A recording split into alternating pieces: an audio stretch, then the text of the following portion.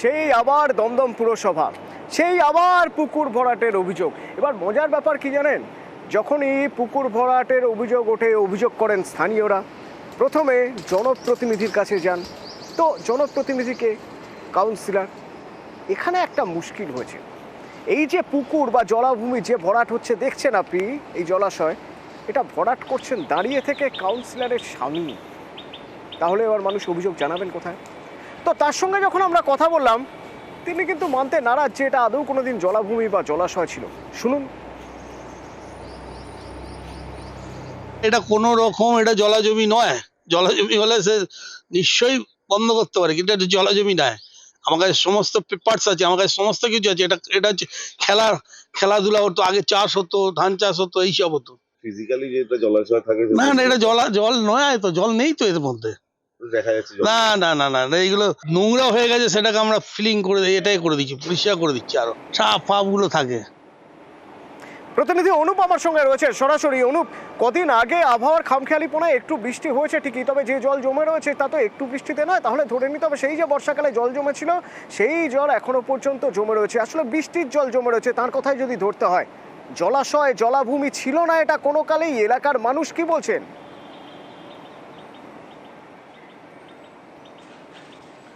তো দমদম পৌরসভা 2 নম্বর ওয়ার্ড এবং 2 নম্বর ওয়ার্ডের যিনি কাউন্সিলর বেবি মণ্ডল, তারই স্বামী, অর্থাৎ তিনিও কিন্তু প্রাক্তন কাউন্সিলর, তার বিরুদ্ধে এই জলাশয় ভরাটের অভিযোগ।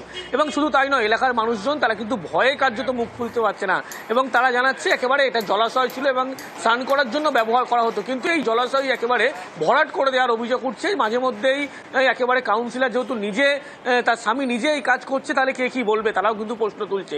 শুধু তাই নয়, দিনের পর দিন কিন্তু দেখা যাচ্ছে দিনের আলোতেই কিন্তু এই জলাশয় যখন ভরাট করা হচ্ছে একেবারে 2 নম্বর যে ওয়ার্ড তরুণ সেন পল্লী এই এলাকাতেই, এবং তিনি কাউন্সিলরের যিনি স্বামী জলিল মণ্ডল, তিনিও কিন্তু প্রাক্তন কাউন্সিলর ছিলেন, তিনি যুক্তি দিচ্ছেন কি এটা আসলে সাপের গলি, সাপ ঘুরে বেড়াতো সেই কারণে, কিন্তু জলাশয় ছিল না তিনি দাবি করছে। আর এখানেই ভূমিকানে প্রশ্ন, যদি কাউন্সিলরের স্বামী এই ঘটনা ঘটায় তাহলে সাধারণ মানুষ কি বলবে?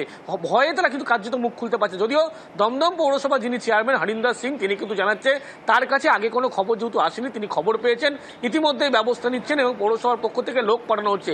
আরও একটি গুরুতর অভিযোগ, এখানে যে জলাশয় ভরাট করা হচ্ছে, পৌরসভার মাটি ফেলে কিন্তু জলাশয় ভরাট করা হচ্ছে, এই বিষয়ে কিন্তু খতিয়ে দেখার আশ্বাস দেওয়া হচ্ছে। এবং চেয়ারম্যান স্পষ্ট বলছে যদি কোনো ক্ষেত্রে একেবারে এই জলাশয় ভরাট করা হয়, সেক্ষেত্রে কাউন্সিলর হোক বা যেই হোক, সেক্ষেত্রে কিন্তু ব্যবস্থা নেওয়া হবে প্রয়োজনে।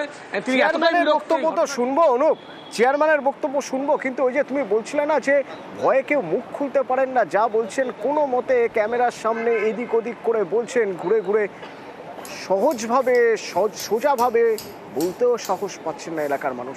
শুনো। মাস দুই হয়ে গেল।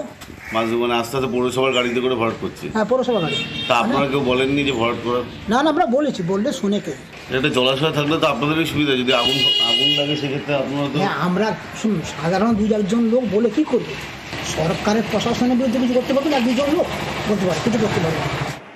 তবে চেয়ারম্যান কিন্তু একেবারে দাবাং মুডে, তার কাছে অভিযোগ আসেনি, তাতে তার আক্ষেপ রয়েছে, এবং অভিযোগ যদি আসে তিনি নিজেও ব্যাপারটা দেখবেন আমাদের কাছ থেকে শুনে, এবং তিনি চ্যালেঞ্জ করছেন কাউন্সিলরের বাপ এলেও তাকে ঠেকানো যাবে না। এটা তোমাদের মুখ দিয়ে শুনলাম, আমি তো আগে কেউ আমাকে কমপ্লেনও করিনি, কেউ পাবলিক আমাকে ফোনও করি। যদি ওই রকম হয়ে থাকে সঙ্গে সঙ্গে বন্ধ হবে। আর মাটি, নালার মাটি, এরা কোথায় মাটি যাচ্ছে সেটাও যদি আমি খবর নিয়েছি, কে করেছে, যদি সে করে থাকে তার চাকরি হয়ে যাবে। স্থানীয় মানুষদের বলি তারা কাউন্সিলরকে জানিয়েছিলেন, কিন্তু কর্ণপাত করেনি। যখন কাউন্সিলর যখন কোনো কর্ণপাত করিনি, তো কমসে কম আমার কাছে আসা উচিত ছিল। কাউন্সিলরের জায়গা হলেও কোনো পুকুর থাকলে ভরাট করতে দেওয়া হবে না। কাউন্সিলর হোক, কাউন্সিলরের বাপ হোক, সেই যেই কাউন্সিলর হোক, তার হাড়গোড় ভেঙে দেওয়ার ক্ষমতা আমি রাখি।